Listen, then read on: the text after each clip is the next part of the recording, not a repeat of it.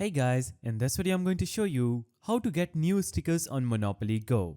So, to get new stickers in Monopoly Go, there are a few ways you can collect them. First one is opening sticker packs in Daily Bonus. So, every day Monopoly Go gives you free sticker packs through your daily bonus rewards. Just open the app daily to collect these packs. Now you can also get new sticker packs through events.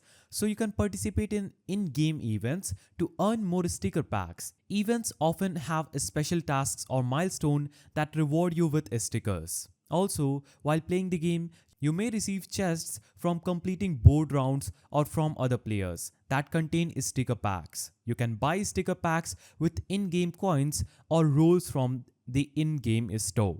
Now, you can trade stickers to do this too.